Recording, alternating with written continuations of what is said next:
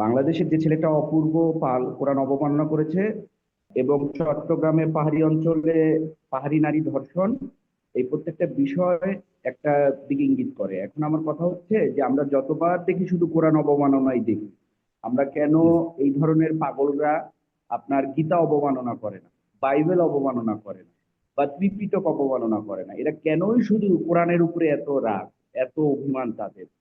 এটা একটা প্রশ্ন। আর এই পাগল আপনার নর্থ সাউথে পড়ে কিভাবে, এই পাগল ধর্মান্তরিত হয় কিভাবে? আর আমার কাছে যেটা মানে পরিষ্কার হচ্ছে সেটা হচ্ছে যে বর্তমানে বাংলাদেশে মুসলিম নারীদের ধর্মান্তর হয়ে বিয়ে করে সতীত্ব হরণ করে 6 মাস পর তাদের তালাক দিয়ে দেওয়া হয়। এইখানে অপূর্ব পাল সেম কাজটাই করেছে। সে তার কমিউনিটিকে সেভ করে উগ্র হিন্দুত্ববাদী এজেন্ডা বাস্তবায়নে দুর্গা প্রতিমার সামনে কোরআনকে পোড়ানো হয়েছে, এবং একটা ক্ষেত্রেও কোনো বিচার হয় না, তাদের নিরাপত্তা নিশ্চিত করা হয় এবং কোনো ধরনের আইন সংস্কার করা হয় না। এটাই আমাদের বিষয়। সুতরাং এই যে সংস্কার করা হচ্ছে, আইনটা সংস্কার করবে কে? আমাদের মুসলিমদের অধিকারগুলো দেখবে কে? আমাদের ন্যায় বিচার জি। কোথায় যাবে?